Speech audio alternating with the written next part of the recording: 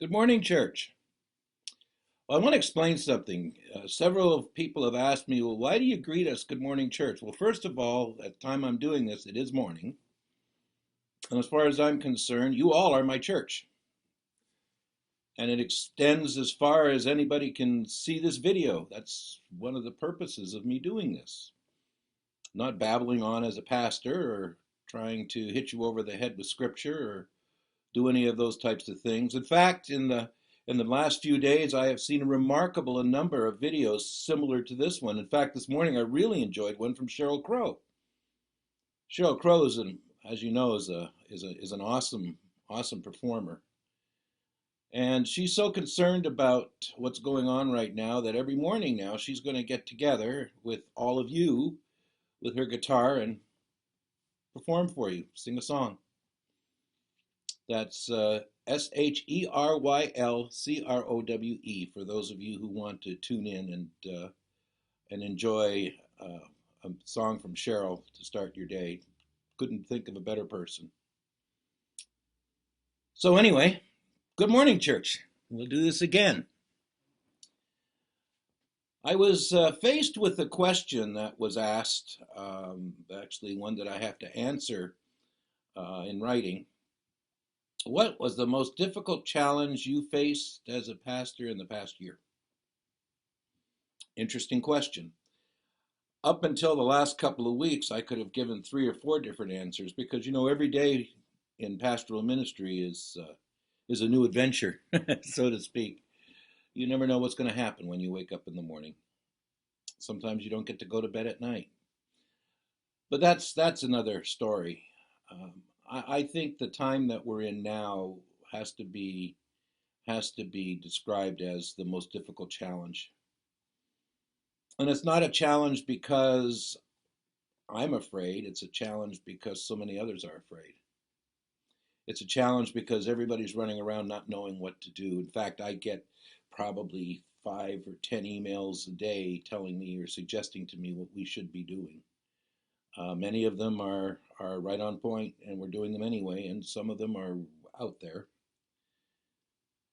But I can tell you right now what we're doing is we're trying to keep ourselves from being a problem. We'd rather be a solution. We don't want to visit people or do things that might put them at risk. Trying to keep everybody healthy, trying to keep ourselves healthy, both Linda, my wife, and myself um, are people at risk. And we're being careful. But we're also recognizing that life is going on. Not everything's closed. There are people going to work every day. Not everything is doom and gloom. There's good news all around us.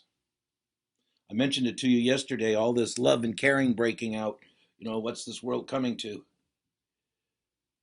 But I'm going to tell you that you can really make good use of your time if you happen to be one who's caught inside, maybe with a house full of kids. Maybe your job has you telecommuting. Things are different. Things are changing. Things are not what they were 2 weeks ago. Heck, they aren't what they were yesterday. But things you can do, for instance, pick up the phone and call someone. Call one of your elderly friends that maybe you can't visit, but would sure love to hear somebody's voice. If you're feeling good and brave, offer to make deliveries of food or things that people who can't go out need. Maybe picking up stuff at the pharmacy for them. Maybe doing things for people that they can't be doing for themselves. Friends, there's so much that we can do as not just Christians, but as just decent human beings. But there is one thing I want to remind you all of, and I want to let you remember this: that the 46th Psalm says that God is our refuge and strength, an ever-present help in times of trouble. The 6th verse says, "Nations are in uproar. Kingdoms fall. He lifts his voice and the earth melts. Indeed, nations are in an uproar. There are towns, in fact, the state of California, as of yesterday, and this is the 21st of March, as of yesterday, the governor has told everyone to stay where they are, to stay home.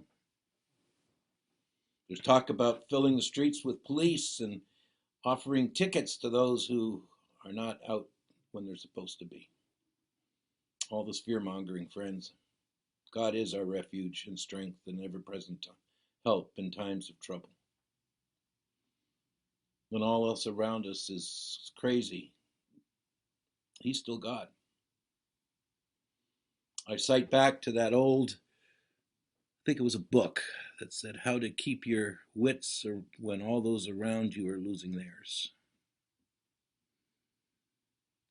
Take a deep breath, say a prayer, and just remember that He is always God. And He loves you. You may find that hard to believe at times, but He loves you. And He never leaves you. He never leaves us. It's us who leave Him. My friends, have a blessed day. I'll see you on Tuesday. And goodbye until then. God bless you all.